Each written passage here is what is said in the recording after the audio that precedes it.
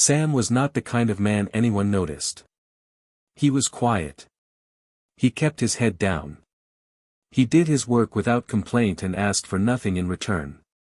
Every morning he rose before the palace bells rang, pulled on his grey servant uniform, and walked the long stone corridors of the Dravath Palace without making a sound. He had been doing this for 3 years. 3 years on an alien world. 3 years serving creatures that stood twice his height, breathed smoke when they were angry, and had scales that shimmered like dark metal in the light. 3 years being invisible. Sam did not mind being invisible. Back on Earth, he had been invisible too. He was just a man who worked hard and stayed quiet and tried not to cause trouble. When the recruitment program had offered him a position off-world, he had said yes without thinking too long about it. There was nothing holding him back. No family waiting.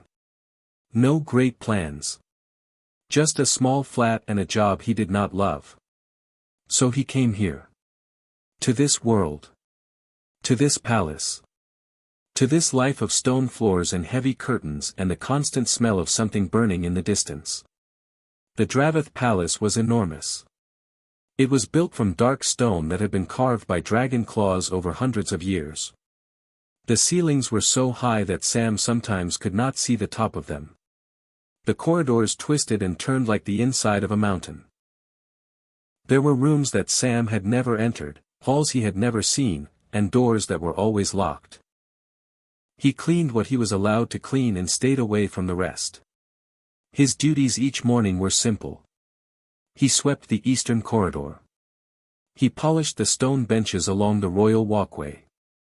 He changed the water in the large stone basins near the entrance of the royal wing. Then, if he had time before the palace began to fill with noise, he cleaned the outer chamber of the royal family's private quarters. He was not supposed to go inside the private quarters. No human servant was.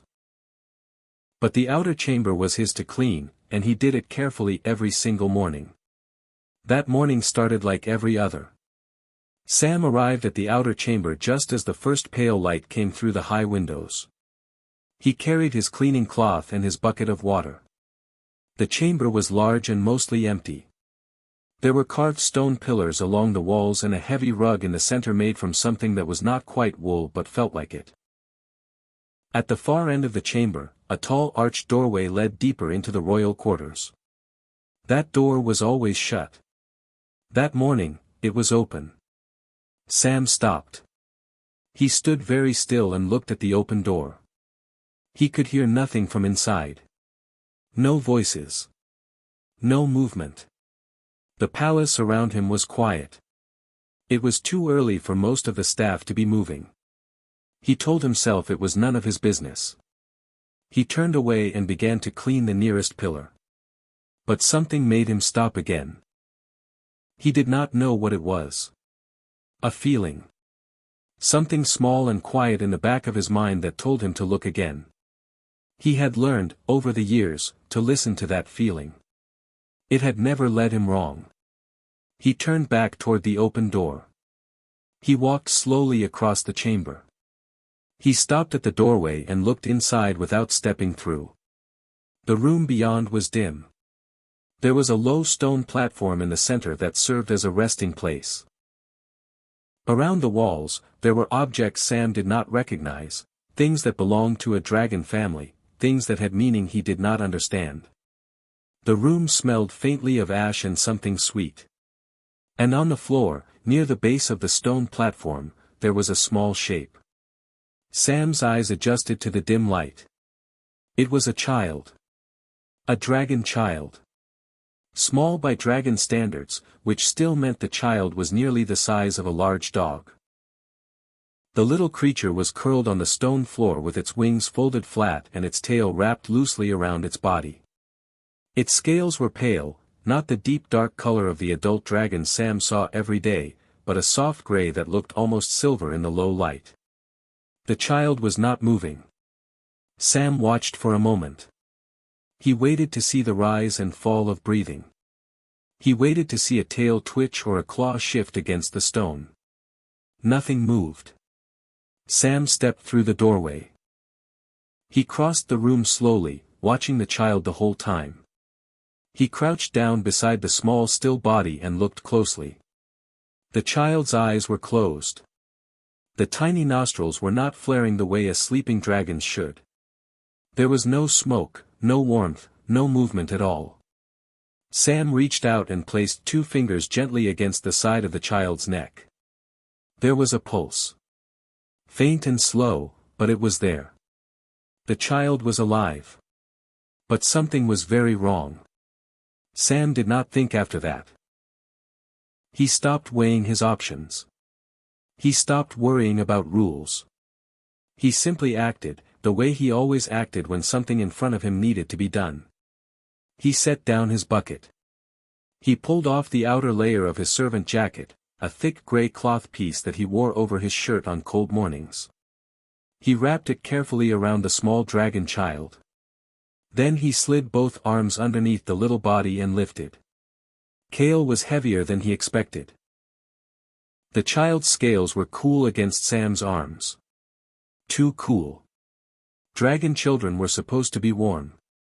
Sam had heard the palace staff say that once, in passing, and he had stored it away without knowing why.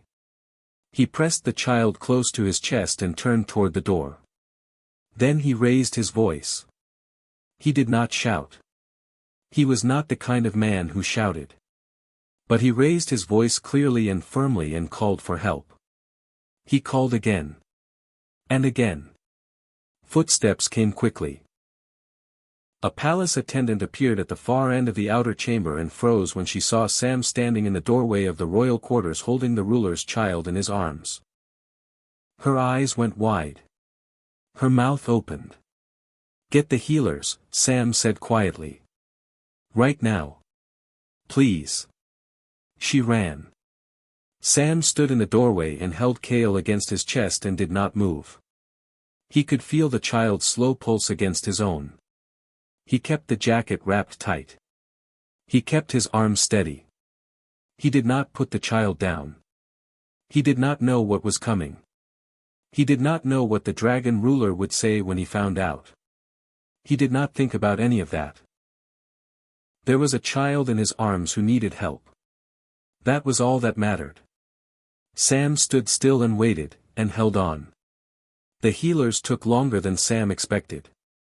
He stood in the doorway of the royal inner chamber with Kale pressed against his chest and counted his own breaths to stay calm.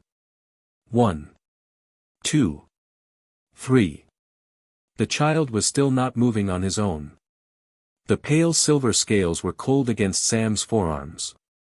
Too cold.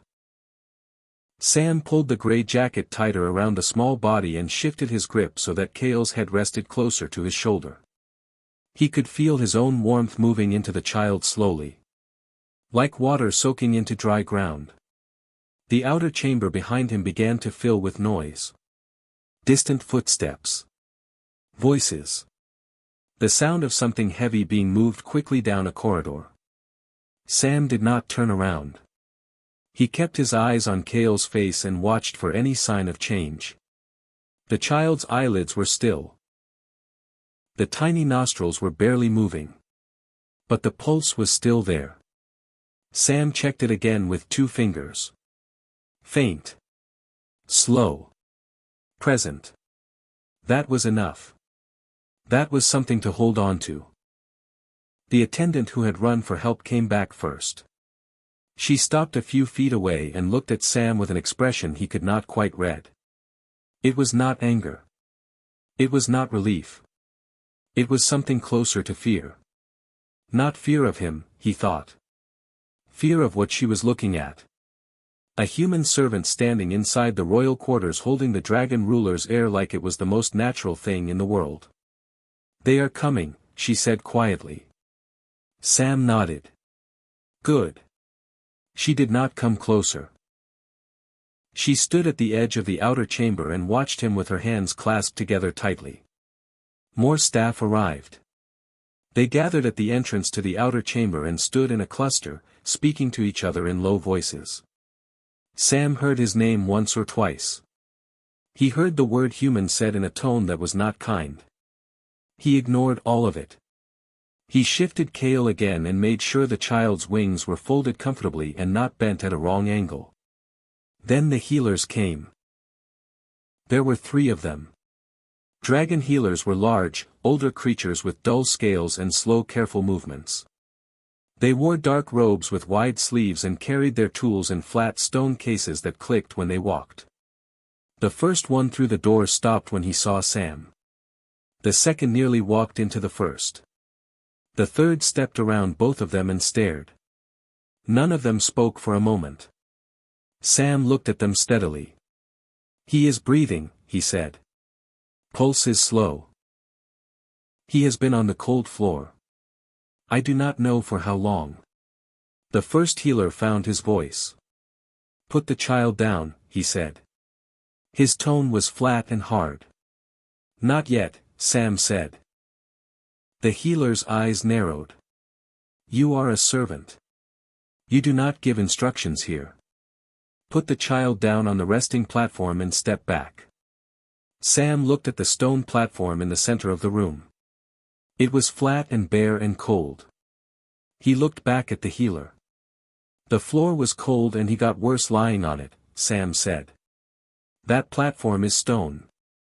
If cold is the problem, then putting him on more cold stone is not the answer. Tell me what you need to do and I will help you do it." "But I am not putting him down on cold stone." The silence in the room was sharp. The healers looked at each other. Sam could see them working through it. A human servant was standing in the royal inner chamber holding the ruler's child and refusing a direct instruction. It was the kind of thing that did not happen. It was the kind of thing that had no rule prepared for it because no one had ever imagined it would need one. The second healer stepped forward slowly. She was older than the first, with darker scales along her brow and careful eyes. She looked at Kale closely without touching him. She leaned in and studied the child's face. She watched the barely there movement of the small nostrils. She reached out and held one finger near Kale's neck the same way Sam had done earlier. Then she straightened up and looked at Sam with a different expression than the others. "How long have you been holding him?" she asked. "Since I found him," Sam said. "Maybe 10 minutes. Perhaps a little more." She looked at Kale again. Then she looked at Sam's chest where the child was pressed close. Then she looked at the gray jacket wrapped around the small body. "His color has shifted," she said quietly. More to herself than to anyone else. "What does that mean?" Sam asked. "It means he is slightly warmer than he was," she said. She said it like she was still deciding what to think about it.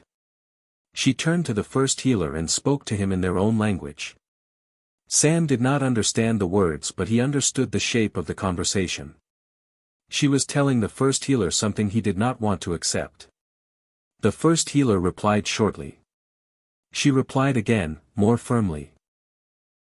The first healer looked at Sam with an expression that mixed irritation with something else Sam could not name. Then the first healer stepped back. The second healer turned to Sam. "Keep holding him," she said. "Do not put him down.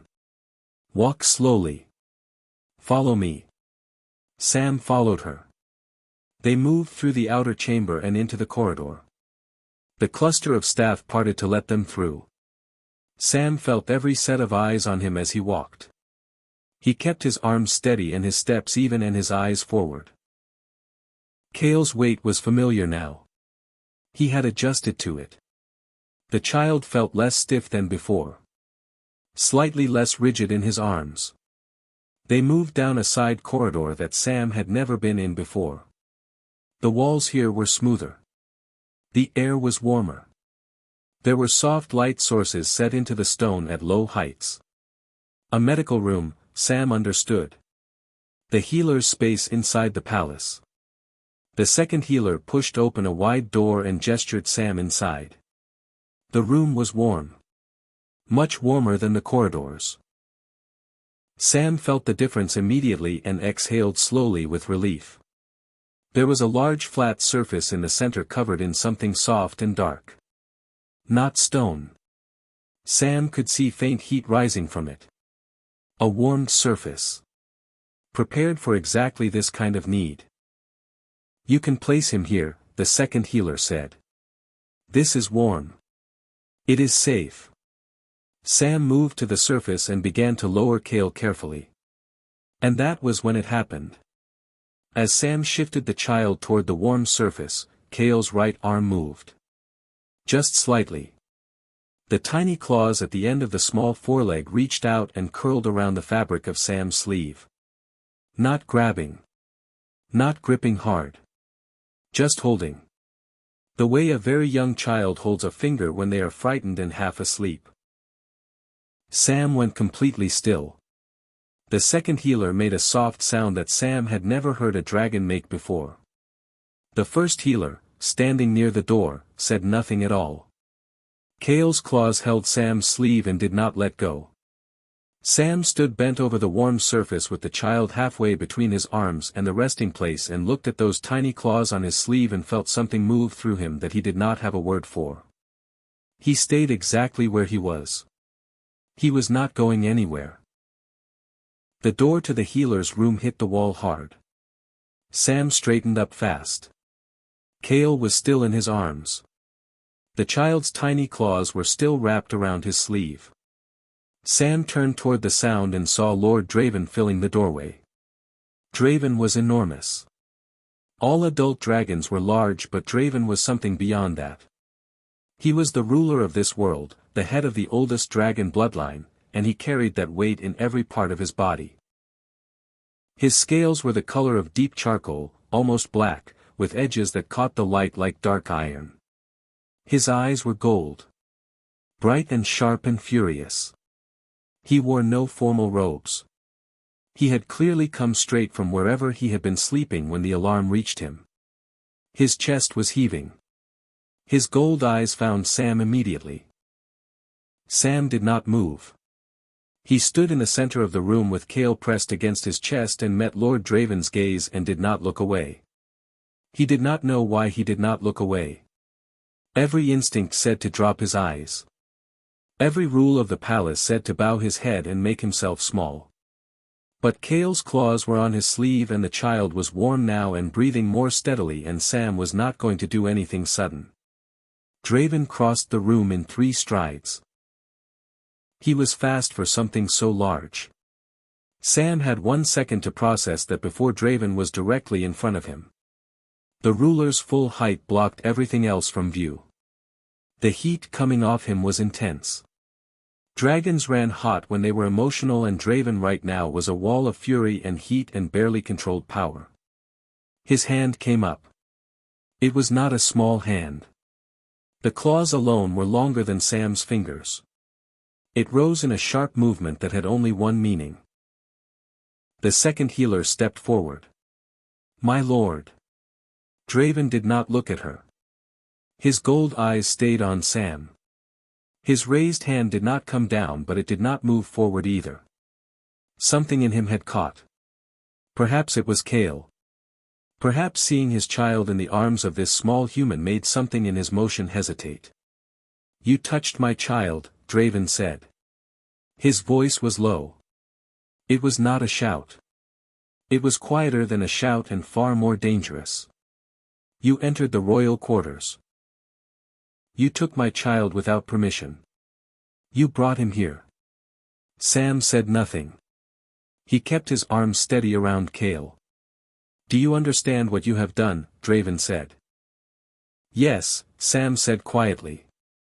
"I found your child alone on a cold stone floor and I picked him up." The temperature in the room seemed to rise.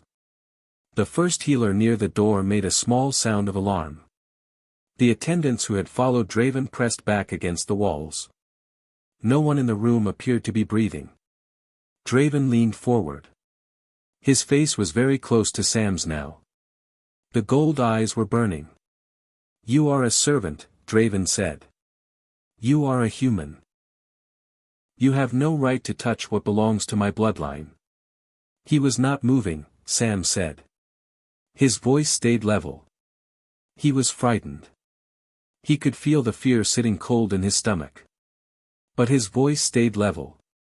He was lying on stone and he was cold and he was not moving. I was not going to leave him there. Draven pulled back his hand further. The second healer moved between them. She did not physically stop Draven. No one could physically stop Draven. But she placed herself in the space between them and raised her voice clearly and spoke in the formal tone that healers used when they were delivering a medical report to the royal court. "My lord," she said. "You must hear this before you act." Draven's gold eyes moved to her. Just for a moment. She took that moment and used it. "Kale suffered a paralytic episode," she said. "It is rare. It occurs in young dragon children when the body's internal heat regulation fails suddenly. The body temperature drops. The muscles lock. The child cannot move and cannot call for help. Without external warmth applied quickly the episode worsens." Draven stared at her. "Without intervention," she continued, "a severe episode leads to organ failure within an hour. Perhaps less in a child Kale's age." The room was absolutely silent. "We do not know how long Kale was on the floor before this man found him," the second healer said. She did not look at Sam when she said it. She kept her eyes on Draven. "What we know is that when they arrived here Kale's color had already begun to shift back toward normal. His temperature was rising. Not because of anything we did. We had not reached him yet." She paused. "His temperature was rising because this man had been holding him against his body for over 10 minutes. Human body heat. Steady and consistent and exactly what Kale needed." Draven did not move. "The paralytic episode was already reversing when they walked through that door," the second healer said. "If Kale had remained on the stone floor he would have continued to worsen. We cannot say with certainty what the outcome would have been. But we can say that what this man did was the correct action. It was the only action that helped." The silence stretched out long and thin. Draven's raised hand slowly lowered. He stood very still. The fury was still in his face but it was changing. Sam could see it changing in real time. The hard lines were shifting into something else. Something that looked like a man who had just been told something he did not know how to carry. And then Kale moved. It was small at first. A shift in the tiny body. A slow uncurling of the tail that had been wrapped tight. Then a breath. A real breath, deeper than the shallow ones before. Sam felt it against his chest and his own breath caught. Kale's eyes opened. They were pale gold. Much lighter than his father's. Soft and unfocused at first the way eyes are when someone is coming back from a very deep and frightening place. They moved slowly around the room. Passed over the healers. Passed over the walls. Passed over the enormous dark figure of Lord Draven standing a few feet away. And then they found Sam's face. They stopped there. Kale looked up at Sam with those pale gold eyes and his small claws which had loosened slightly during the healer's speech tightened again on Sam's sleeve. Slowly and deliberately. Holding on. Sam looked down at him. "Hello," he said softly. "There you are." Kale made a sound. Small and low. Not words. Just a sound. But it was warm. Lord Draven looked at his child holding the sleeve of a human servant and looking up at that servant's face with calm pale eyes and he said nothing at all. He stood there and he looked and something in the great ruler's chest broke open very quietly. His hand dropped fully to his side. He did not speak for a long time. When he finally did his voice was different. The fury was gone. What was left was something much more difficult for a ruler to carry than anger. It was gratitude. And he did not yet know what to do with it. Word travels fast inside a palace. By the time Sam was settled into a chair beside Kale's resting place in the healer's room, the story had already moved through 3 corridors. By the time the second healer brought Sam a cup of something warm to drink, the kitchen staff knew. By the time the pale light outside the high windows began to soften into the colors of late afternoon, every servant in the Dravath Palace had heard some version of what had happened that morning. A human servant had walked into the royal quarters. He had found the ruler's child on the floor. He had picked the child up and carried him through the palace and refused to put him down. He had stood in front of Lord Draven with the child in his arms and had not looked away. Some versions of the story were accurate. Some were not.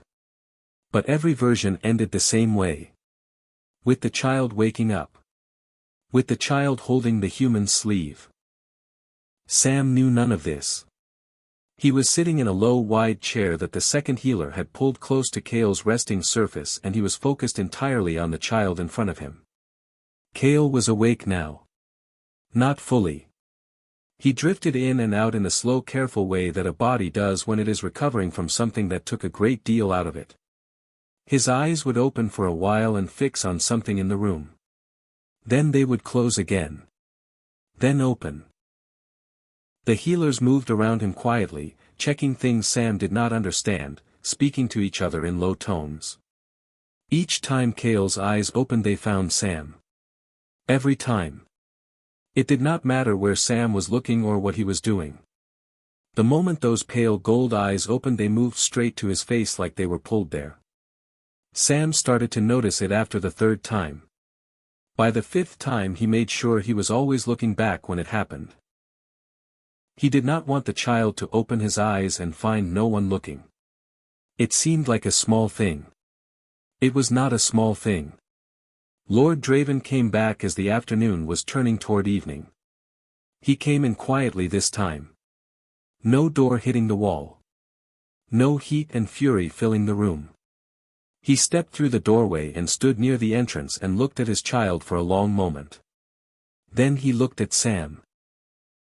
Then he looked at the space between them which was small and easy and completely natural in a way that no law or custom had prepared for. The second healer spoke to him briefly near the door. Sam could not hear the words. Draven listened with his head slightly lowered. He nodded once. He asked something. The healer answered. He nodded again. Then he walked across the room and sat down. Not on a formal chair.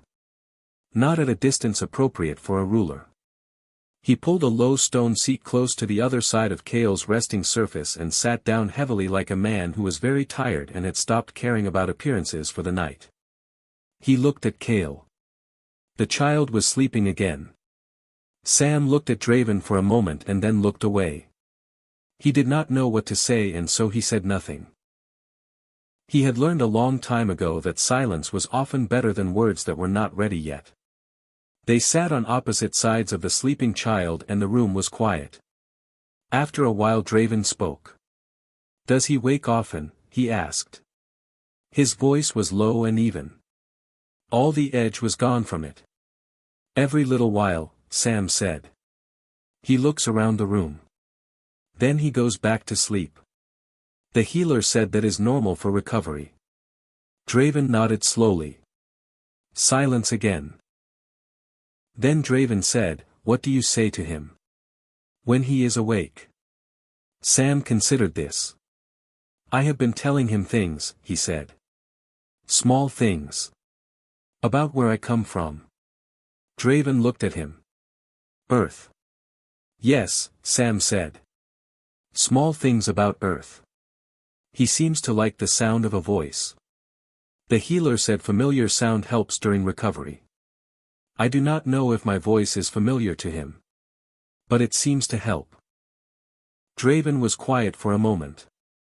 Then he said, "Continue." Sam looked at him. "When he wakes," Draven said. He looked back at Kale. "Continue telling him. I would like to hear also." Sam held that for a moment. Then he nodded. Kale's eyes opened again not long after. They went straight to Sam. Sam leaned forward slightly so he was easy to see and began to talk. He kept his voice low and steady and easy. He told Kale about rain. About what rain looked like falling on a city at night when the lights were on and the streets were wet and everything reflected. He told him about bread baking in the morning and the smell that came out under the door. He told him about a dog he had known once that belonged to a neighbor and used to sit on the step every afternoon waiting for the same person to come home. Simple things. Small things. Things that had no great importance but were warm in the telling. Cale watched him with pale gold eyes and did not look away. And Lord Draven sat on the other side and listened. He did not say anything. He did not move much. He sat with his large hands resting on his knees and his gold eyes on his child, and he listened to a human servant from Earth talk about rain and bread and a dog on a step. His expression was unreadable at first. Then it became something softer. Something that had no name in the formal language of rulers. Cale fell asleep again with Sam's voice still in the air. The night came slowly. The light inside the healer's room shifted from the pale glow of the day sources to the quieter, warmer light of the evening lamps set low in the walls. The healers checked Cale twice more and each time reported that he was improving. His temperature was stable. His breathing was regular. The paralytic episode had passed fully. He would be all right. Draven received this news each time with a stillness that was different from his earlier fury. This was not the stillness of a ruler controlling himself.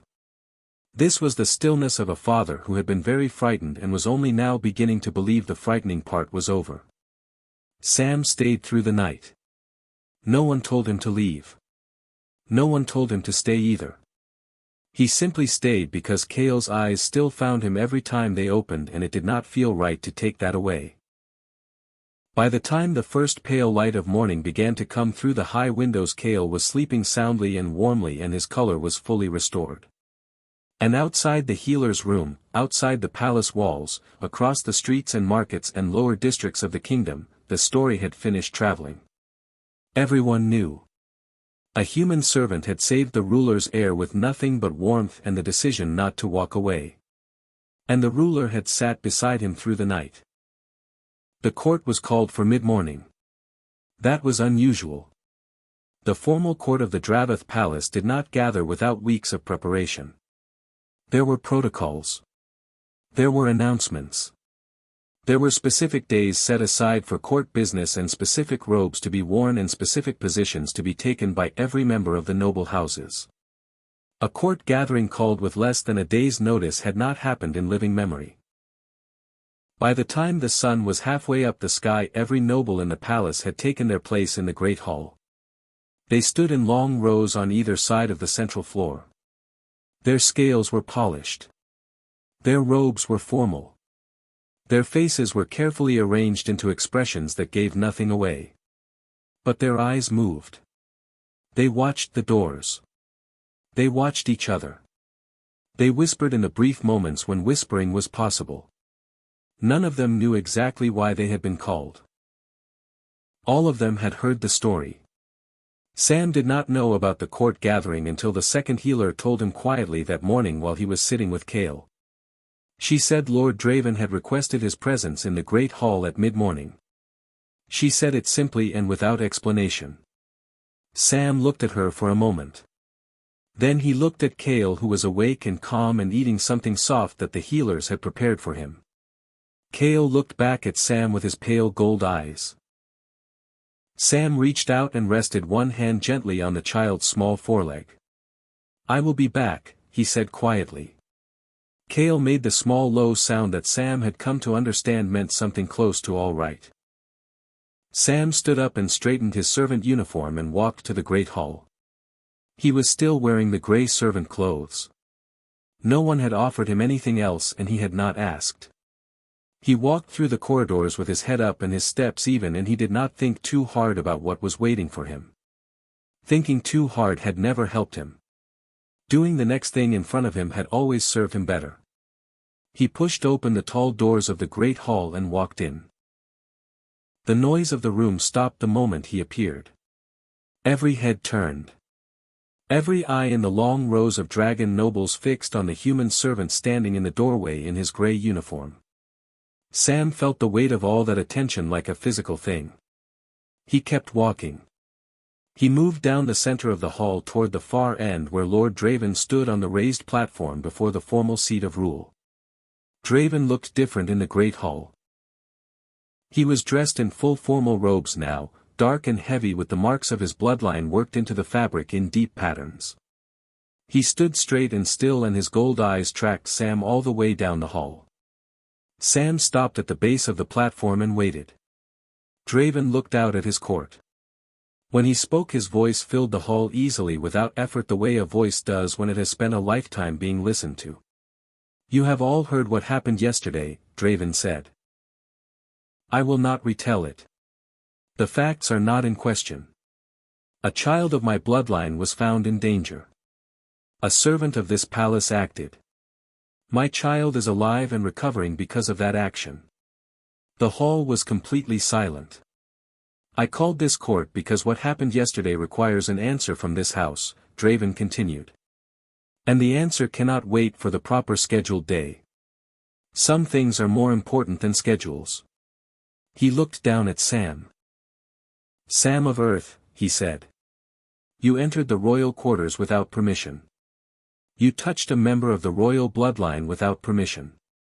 You refused instruction from palace healers. You stood in this ruler's presence and did not lower your eyes." Sam stood still and said nothing. "Every one of those things breaks the law of this palace," Draven said. A murmur moved through the noble rows. Very quiet. Gone almost before it started. "And every one of those things saved my son's life," Draven said. The murmur stopped. Draven stepped down from the platform.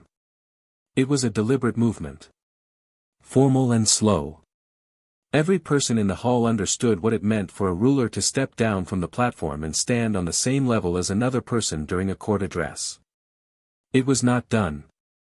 It was simply not done.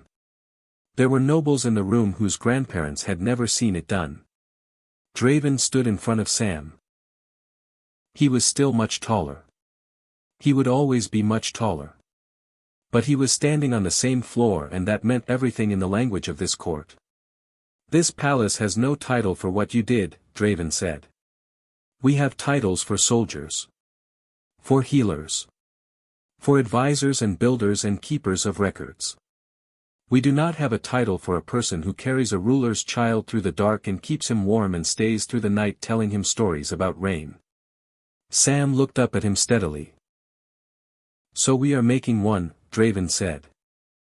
He raised his voice so the whole hall could hear clearly. "From this day Sam of Earth holds no servant title in this palace. His former position is ended. In its place this court recognizes a new title. Guardian of the Air. Protector of Kale of the Draveth line. The first human in the history of this kingdom to hold a position within the royal household." The silence in the hall was enormous. Draven reached into his robe and brought out a small flat piece of dark stone carved with markings Sam did not recognize. He held it out. Sam looked at it for a moment. Then he reached out and took it with both hands the way he had seen palace staff receive formal objects during ceremonies. It was warm from being held close. "This has never been given to a human," Draven said quietly. Low enough that only Sam could hear. "It has never needed to be." Sam looked at the carved stone in his hands. Then he looked up at Draven. "I only picked him up," he said. "That was all I did." Draven looked at him for a long moment. "Yes," he said. "That was all. And it was everything." He stepped back. Around the hall the dragon nobles were still. Then slowly from the far end of the rows a sound began. Low and resonant.